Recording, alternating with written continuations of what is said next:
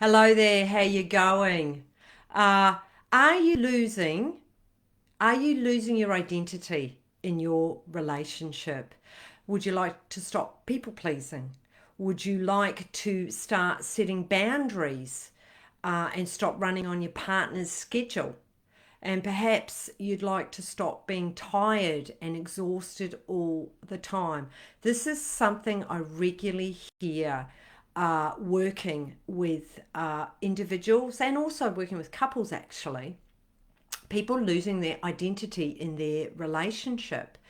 And it can be extremely painful when you start to sort of wonder, well, why am I here? And just feel like you're in survival and you're just going through the motions. And so imagine your life if you are able to actually express yourself, your true self, your authentic self, the identity that you really want to shine through and get some of your own interests back and get some of your own time back. So this live, I'm going to give you some really practical approaches and some mindset shifts to help you overcome losing your identity. I know this well. I lost my identity for a fairly large part of my marriage, and in that I was really, I found it really difficult to have the difficult conversations because I was such a pleaser and I will just keep me down at all costs. However, when you start losing your identity, you lose your sense of self. You're actually not able to make your own decisions. And it's a really unsettling, almost scary place to be in. And if you actually want to be able to build a deep connection with your partner, if you're in a relationship, you actually need to do that with yourself. Otherwise, you're looking outside of yourself and you're codependent on your partner. It's not your partner's responsibility to make you happy. You actually have to do that first. And also, often you begin to not trust your own gut. When you're losing your identity, you aren't able to really connect in with that intuition and that gut instinct. It's very, very lonely. And what I see and what I have also lived is that we can really struggle with fear. So, fear in relationships. And it can be absolutely crippling. And, I was no exception. And for the longest time, I couldn't speak up. I was the ultimate people pleaser. I had sort of low grade resentment bubbling away inside of me, and I lost my identity. And so, overcoming these fears is absolutely crucial if you want your identity back, full stop. So, today I want to talk about the number one roadblock that I see. It's the crucial step that you must rediscover to get your identity back. And with that, when you rediscover your identity, this is where things can begin to change. You have much more self actualization. You get really clear on what you want for yourself, what you want in your relationship. And really, when you put your head on the pillow at night, you feel a sense of peace, you feel a sense of contentment. And I mean, isn't that what we're all looking for? Is for that inner peace. So, being able to rediscover your identity has many moving parts. And what I want to talk into first is that when you lose your identity or you are being a people pleaser, you're not speaking up.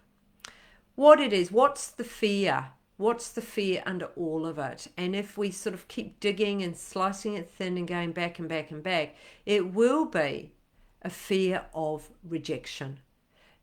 At no cost do I want to feel rejection. So I'll people please. Notice the smile? People please. Inside it's a, but on the outside I'll people please. Often we are so an automatic that we actually don't even realize we're doing it. It's just a way of life. However, when you start thinking, I don't even know what my favorite color is, I don't know what I enjoy anymore. I haven't done a hobby for a long time. This is when you start losing your identity. Tonight in my inner circle group coaching, we are going to be talking about rediscovering your courage, because that is what is needed here. If you are relating to anything that I'm saying here, if you are a people pleaser, if you have got bubbling resentment inside of you, if you feel like you're not being authentic, you're not the person that you were 5 years ago, 10 years ago, you don't like the version of who you are, then I would encourage you to keep listening, because I'm going to give you really, really practical ways for you to connect back with that identity of yours, rediscover your identity. And it really takes a bit of courage, but it's doing it with bite-sized pieces. It's doing it where you aren't overwhelmed. What I mean by courage is I don't want you to, jump out of an aeroplane with a parachute on. We're going to take it really gently, because it's something that you've got to begin to build up. I'm assuming this is probably something that you've had for some time, months if not years, and so it's been really gentle. So the first place I would go to, if you feel that you are losing some of your identity, is first of all having some self-reflection and acceptance at where you are at. So the self-reflection can be in just really reflecting inward and being honest. We run from ourselves. We run from ourselves by being busy, by drinking, by eating. We avoid ourselves. However, if you can bring in some stillness and some quietness and actually self-reflect, this has been a game changer for me. It really has. Look, I'm a type A personality. I'm a bit full on. However, I have learnt how to bring in stillness. I begin a lot of my mornings with meditation because I find that's the easiest time. But I may even meditate once or twice a day, because it helps me land, it helps me come inside, it helps me find my own inner voice. Because it isn't about being out there and pleasing others. It just isn't.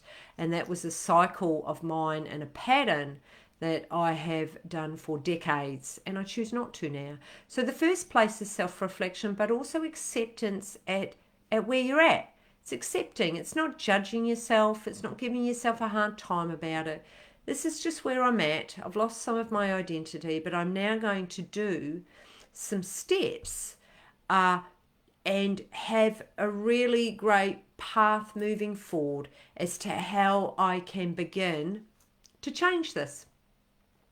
So the second point I would say in identity is embracing all aspects of yourself. And what I mean by that is actually not, again, judging. It's very similar to the acceptance part. But embracing is doing some shadow work, your dark side. We've all got yucky sides, all of us. But it's about not judging it, and it's about being curious. It's allowing yourself to be with it. It's allowing it. Because if you judge it, then you are rejecting that part of you. And of course, in time, you can create a more healthier version that supports you more. And that is something that you can set as a goal. I absolutely get that. So embracing all aspects of yourself, your light and shadow parts. The next point I would say in rediscovering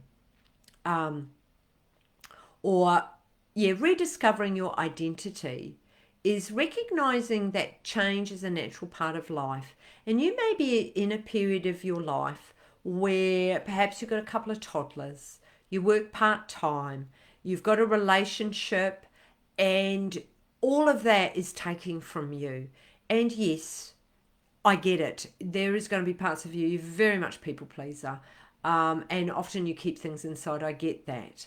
However, it's not going to help you long term. So change is a natural part of life.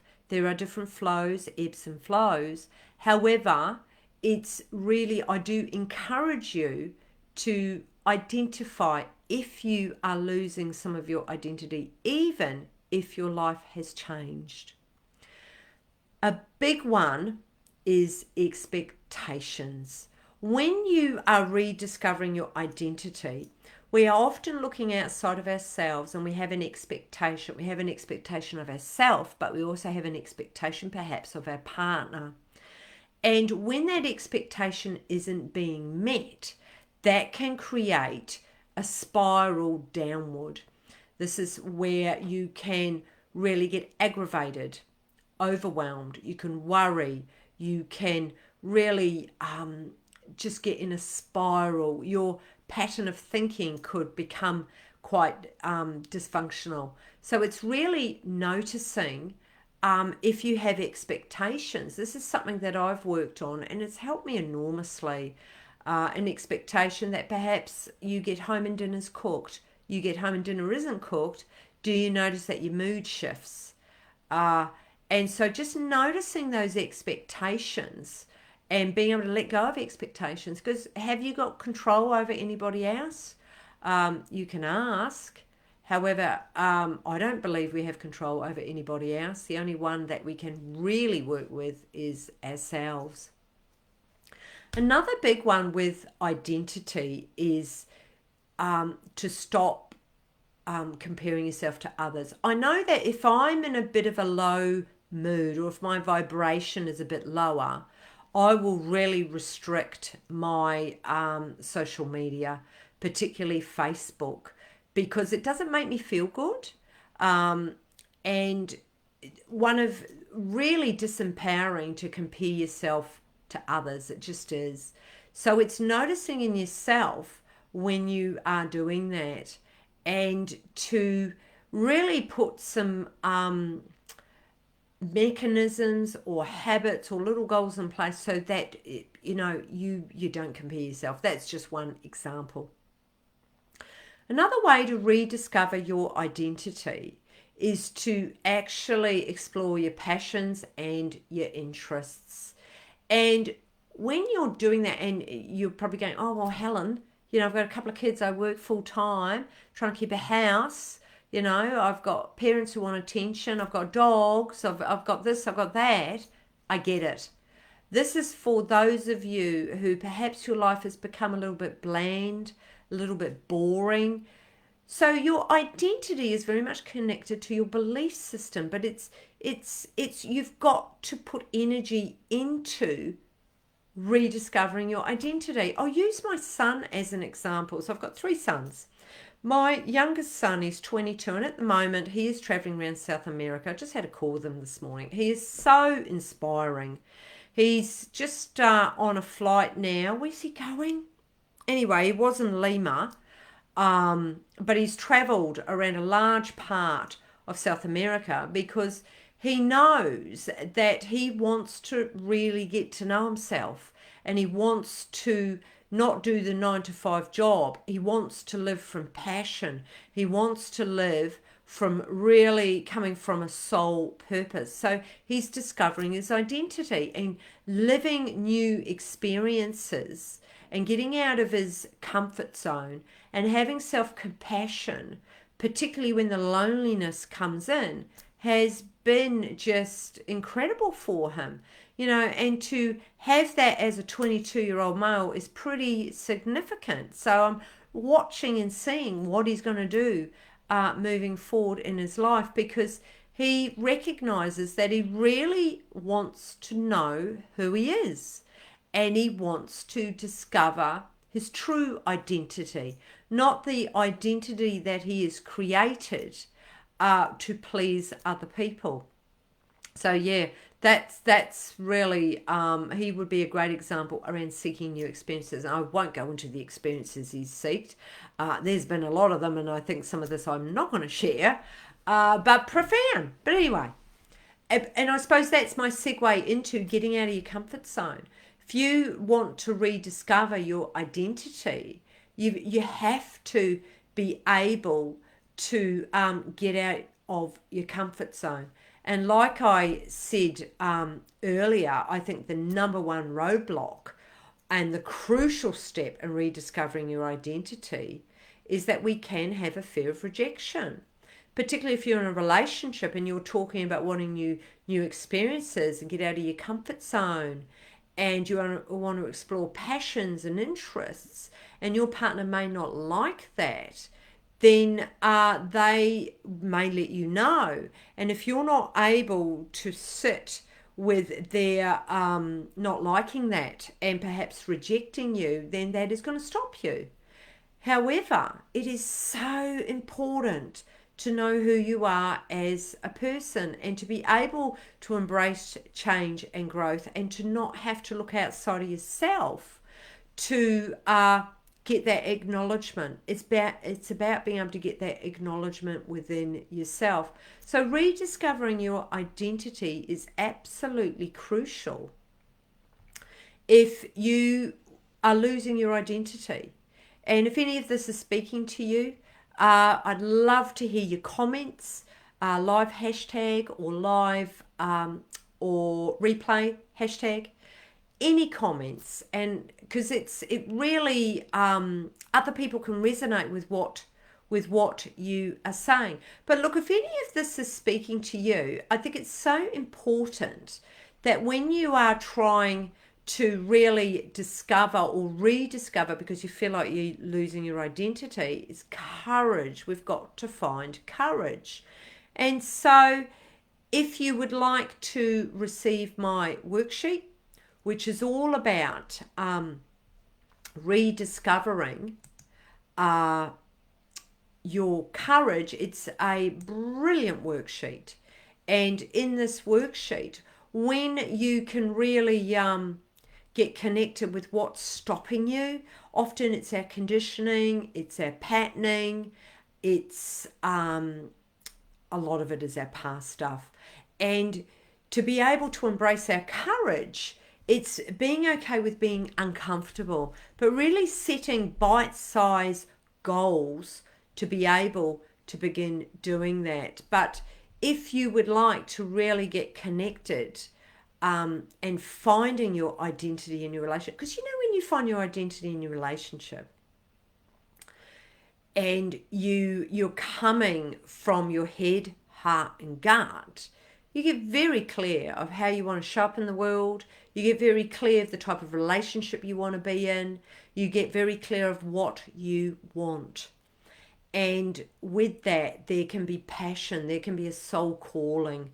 But if you are losing your identity, you're not going to be able to connect with any of that.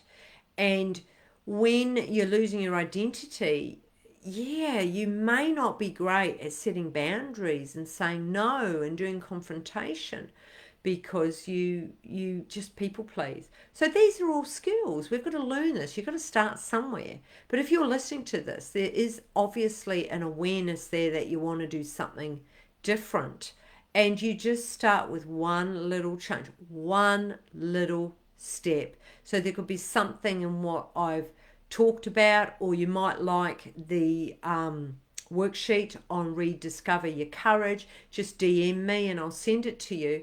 I also, at the end of this month, I've got a brilliant masterclass coming up, which I'll tell you about in next week's Facebook Live, and that could really give you some, I suppose, substance around this. It could give you some support to be actually rediscover your identity. And in that, it's profound when you can do that. It really is. But anyway, I've just about run out of time. And as per usual, I can yak on and touch in on a lot of different things. But if you're losing your identity, if you're putting your head on the pillow at night and you're a little bit lost, I really hope that some of these ideas that I've talked about, because we can think about things, but you've actually got to move your arms and legs in the direction that is of value to you. So perhaps a question I would like to leave you with is, what is one small step that you can do to start supporting you in rediscovering your identity. And it could be something really simple.